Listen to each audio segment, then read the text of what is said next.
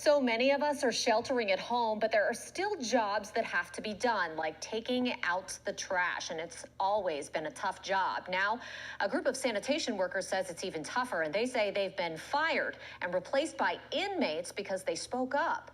Danny Monteverdi has more. These sanitation workers aren't used to being on the back of pickup trucks. But that's where they were Friday after they say they were fired for making 4 demands. We need them to provide us with the proper PPE to all the workers immediately and consistently on a daily basis. Provide us with our hazardous pay due to the pandemic of the COVID-19. Workers are also asking for broken trucks to be fixed and an increased rate of $15 an hour, up from $10.25. And so they hopped onto the backs of trucks and made a caravan to pass out their flyers in Lakeview. Metro Disposal contracts with People Ready, which hires the workers. Thank you for People Ready. We connect people and work. We tried to ask People Ready about the situation. Please leave a message with your full name and phone number and the name of your business. We'll call you back as soon as we can. Hi, good afternoon. My name is Danny Monteverdi. I'm a reporter with Channel 4, but we didn't hear back. Meanwhile, Livingston Parish work release inmates, those convicted of nonviolent crimes, were on Metro trucks Friday to collect garbage. They're bringing in prisoners that are being forced actually to do the work that we are willing to do and are here to do. These guys are being forced to do the work. They're also being paid less than we get paid to do the job. Workers like Harold Peters say they're ready to return if everyone can reach an agreement.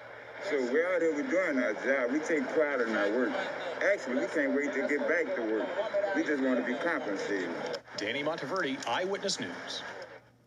Metro picks up trash for every property in New Orleans north of I-10. And in response to concerns about work release participants working on the trucks, the company spokesman wrote in part, quote, "These contracted employees are held to the same high standards of performance and behavior as all of our employees and other contractors." Hey, this is Steve Zeltzer with Workweek Radio, and the fight to protect workers with the COVID pandemic is a critical struggle for frontline workers, essential workers, and it has brought to the people of this country the conditions and the lives of these frontline workers.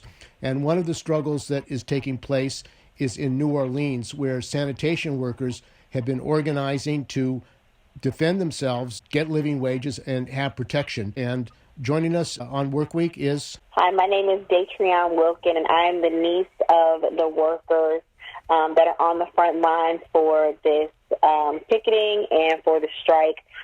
They have now called themselves the City Waste Union, so that's who we are, and we are moving forward trying to get some justice for these guys. Well, why don't you talk first about the conditions that these workers are in New Orleans?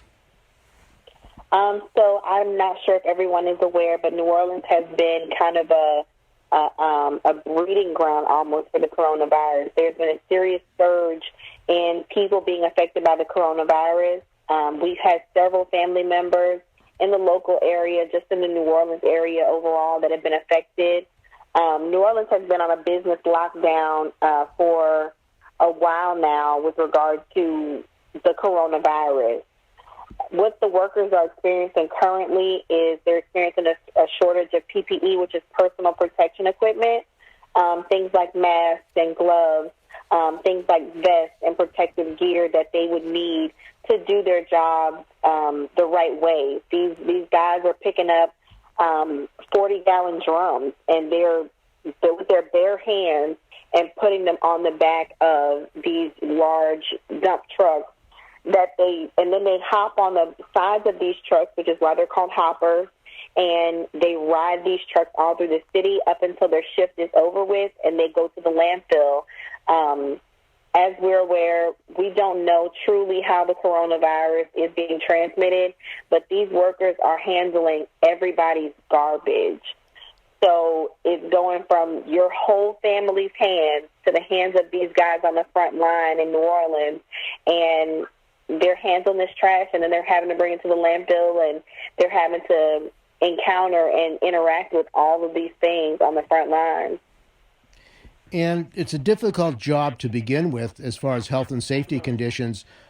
What have the workers done to protect themselves and to fight to make sure that they don't get COVID and be contaminated? The only thing that they have been able to do thus far prior to the strike was just request more PPE. They've asked for more personal protection equipment. Can we have more gloves? At this point, the company that we're truly looking to have a conversation with right now is Metro Disposal Services. Metro is handing out one pair of gloves per week, one mask per week to all employees. Even if they are subcontracted through Metro, that's the standard. You get a pair of gloves, you get a mask, and you get a safety vest, and that's the end. What these guys have started doing is they're ripping T-shirts, like crew neck T-shirts, and they're wrapping around their faces. They've purchased their own like gardening gloves to protect their hands more, and they're doing things like just making sure to hold each other accountable and saying, hey, do you have your mask? If you don't have a mask, I have a T-shirt in the car. Can I give you the T-shirt? These guys have become brothers, and they're supplying each other with each other's needs while the company is not. And this company, do they have a record of discrimination or a record of ignoring worker health and safety issues? Metro Disposal Services is a locally owned, they're African-American locally owned company. I don't know that they are necessarily discriminating. I think it's just a matter of they're such a large corporation that they don't know what's happening to the people on the front lines. I think the people on the front lines have just been, for lack of a better term, lost in the sauce of all this. They don't realize how hard and how grueling this job has become or is overall. I mean, these guys during Mardi Gras season, New Orleans is always booming for Mardi Gras and whatever other celebration. These guys are literally running behind parade routes, picking up trash. It's been estimated thus far in New Orleans that the start of the coronavirus happened pretty much immediately after Mardi Gras. So these guys have been exposed to this virus since Mardi Gras, which was in March. Well, actually, it was in February. And, of course, they bring it back to their families, so they're concerned that not just themselves, but their families will get infected. Exactly. Metro is like I said, it's an African-American, locally owned company. From my research, it was started with two brothers and their dad. I believe their names are Jimmy and Glenn Woods, and their father helped them start this company. I don't think these brothers realize how many fathers there are that are hoppers, that are sanitation workers, how many mothers they have driving these disposal trucks. They have no idea how many people there are on the front lines literally risking their lives every day. No, they're not running into burning buildings. They're not chasing down the robbers, but they are absolutely putting their physical hands on the trash of every person in the city of New Orleans. And have there been instructions or any education about how workers can protect themselves, sanitation workers can protect themselves? The workers have not received any instructions or any newsletters from the companies to say how they can protect themselves, other than a response that we got from Metro to the strike, a response to the strike from Metro. What Metro said was basically that they had purchased a lot of PPE.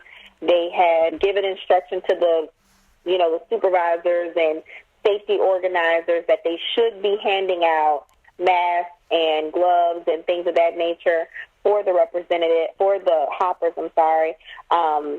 but there has not been any instruction prior to that letter that was put out. Metro also said that basically they were giving gainful employment to people who otherwise would not be employed anywhere else. So in other words, we should just be grateful for what we have. And what are the wages of the sanitation workers in New Orleans? Currently, the wages of the sanitation workers in New Orleans are $10.25 per hour. If you work more than 5 days, then you get $11 per hour as a sanitation worker out on the street. And what will that get you in New Orleans? Is that a living wage? It is not a living wage. Unfortunately, to purchase a home in the city of New Orleans is anywhere between $200,000 to $400,000 for a home that would be considered in the Garden District. Not the best area. It's not it's not the best area, it's not the biggest, nicest house, but I don't know anyone who could make it on $10 an hour, and they're working 70 hours a week. I mean, grueling, daunting work that these guys are doing. And they're grateful for their employment, but they just want more. They want to be treated more like human beings. And so they began to organize. Talk about their organizing effort and what went into that. So once COVID-19 became more of an issue, the workers, probably about 8 days ago, they started asking for more PPE. They started asking for the hazard pay, and they started asking for better hourly pay. Once they started requesting these things, and they went as a group and started asking these questions, they were told, if you go, because the news started to catch wind of what these guys were asking for and came to the realization that they were not receiving this hazard pay, and they also were not receiving the PPE or the fair wage that they were requesting. So the news was out there, and they were set up. A security guard and a worker from the company is called People Ready. They subcontract some hoppers out to Metro. Once the guys started asking questions, the lady explained to them at the time, hey, you know what? If you go over there and you talk to the news, or if you continue to ask any questions, you're not going to have your job anymore. And the guys decided at that point that threat, they were going to call their bluff, and they did. And the guys made a decision that it was time to stand down. They were going to get off the truck, and they were going to begin a strike. From that point, we gained the attention of some nonprofit agencies who have been on the front lines with us, and they started to give direction to the guys that are out there, the sanitation workers, and allowing them to, just helping them to really standardize what's going to happen and what's about to happen, and have them to get bigger, better ideas. Just because in the very beginning, it started off as we just want answers, and now it's we want to make sure all sanitation workers are taken care of, not just garbage men, but we want to make sure that the janitors are taken care of, because all of these people are being affected. Once we got that plan into place, and the GoFundMe was set up, and the GoFundMe was set up because these men were told that they no longer had jobs. We assisted in, or I assisted in helping them set up unemployment to apply for food stamps. Men who were, who had gainful employment, they no longer had that. And the GoFundMe was set up in an effort to help them, to pay them, or to try to help pay them for the time that they weren't working. And then we just started to gain serious traction, and we started getting contact from people like yourself and other news outlets asking for interviews and asking for information. And that's mainly because this has never been done before. So that's where we are now. And what were the wage increases that the workers were asking for? They are asking for, currently they're asking for $15 per hour. They're asking for hazard pay of $150 per week during the pandemic. And they're simply asking for better PPE, so better personal protection equipment. And so the company decided that they were going to lay them off or fire them. And have the workers been able to get unemployment insurance? They have not. Unemployment is running really slow right now just because of the overwhelming amount of people applying for unemployment in the city of New Orleans as it is for the rest of the country. So they haven't been able to receive that benefit yet. But to kind of clear things up, or to bring you all the way up to speed, there was a worker from one of the subcontracting companies that came out today, and she handed out some paperwork. I can email you a copy of the paperwork that she sent out, or that she handed out, and it basically said that now they realize that these guys have the right to strike. It's their legal right. They are not and have not been fired from their job, and they can or cannot get back on the garbage truck. They can continue their strike if they would like to, and when they're ready to get back to work, they can go back and they can start the process, or even continue striking while they go back to work, but it could be for another company. And also there were replacement workers brought in, prisoners. Why don't you talk about that process? So the replacement workers that were brought in were both prisoners and parolees. So they were people who were either recently incarcerated or they were still currently incarcerated The currently incarcerated workers were kind of doing a work program. They come from the prison. They're, good behavior. They have these work release programs almost, and they go out and they assist Metro with their trash or any sanitation company. I'm not sure if it's just Metro. With that, what we have learned since striking is that a lot of the guys who are prisoners are out there in prison sandals. I don't know if you know what those look like, but they are orange. The guys normally wear them with socks. They have one strap across your toes, and there's no other protection other than that. So there are people out there, bare hands, they don't have on the proper gear, and they're slinging trash cans and picking up trash off the side of the road. As far as the parolees are concerned, the parolees have been taken from a halfway house kind of setup, and they were told, you are being offered gainful employment, and if you turn it down, we will contact your parole officer, and we will notify them that you are turning down employment and you will be sent back to jail. So that's coercion. You're going to go to jail or you have to work as a strikebreaker? Is that really what's going on? Correct. That's what's happening. And they're paying them $1 less. So they're paying them $9.25 per hour. But what has been found since finding out what they make, once they go back to the halfway house, so you're getting paid $9.25, and then once you get your paycheck, the halfway house takes 64% of the paycheck from the parolee and or person who's living in the halfway house. So truly, you don't even make a full day's wage. It sounds like slave labor. Hey, that's exactly what it is. You go out, you work in the field, you pick up the trash, you don't have the proper equipment, and then we're going to give you the glory or the liberty of going back to this halfway house, and then once you get there, I'm taking 64% of that. And what have the city officials done, the mayor of New Orleans, and also has there been any investigations by OSHA to protect the workers? We have not heard from OSHA recently. I don't know if that's because of the pandemic. The mayor's office did release a statement. The statement simply explained that Metro Disposal Services is being paid $10.7 million per year. They can pay or should be paying their workers a minimum of $10.25 per hour. Other than that, we haven't heard much from the mayor's office. We did speak with Councilman Jason Williams on the WBOK radio show. I think that was 2 days ago with Oliver Thomas. And he basically said that he agrees with us that there should be a meeting between the workers and Metro Disposal Services so that we can have the conversation and we can try to understand or even try to just simply negotiate what the pay should be and if there can be any changes made, if any. And has there been any solidarity, other unions who have come to the support of the sanitation workers? Yes. We received a really cool video from Argentina. I don't know how to say the name of the city or state in Argentina, but we did receive a video from them saying that they are standing in solidarity with us. We received several just outpours of support from different unions on the West Coast.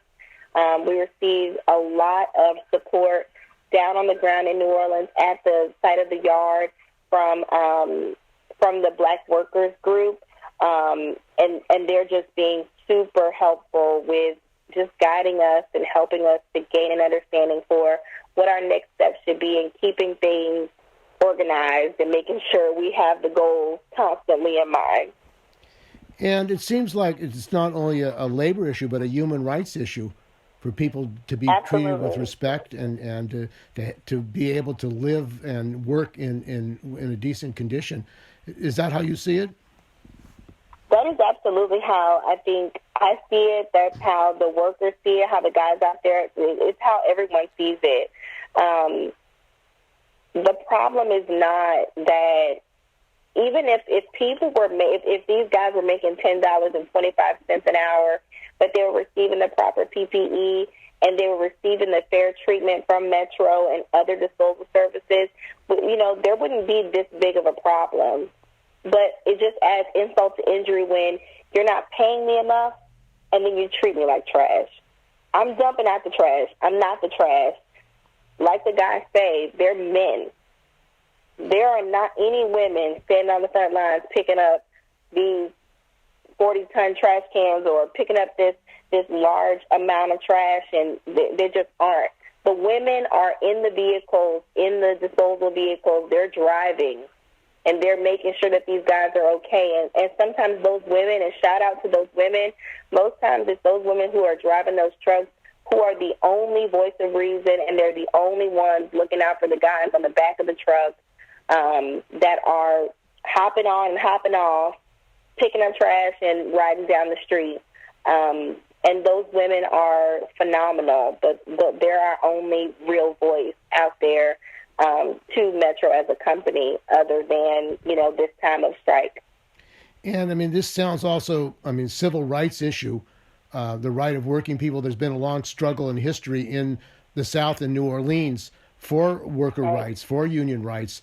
You think that this movement of your sanitation workers in New Orleans is going to herald a new growth of labor movement and organizing for human and civil rights in the South? We seriously hope so. We hope that our movement, our part, our standing up and saying this is over. The time is up. No more time. Press around and we'll lay down. We won't take this next time. I think that, or hope that our sincere prayer is that it makes other people notice, and they say, hey, you know what? We haven't been getting treated fairly. And I don't hope it's not just in the South.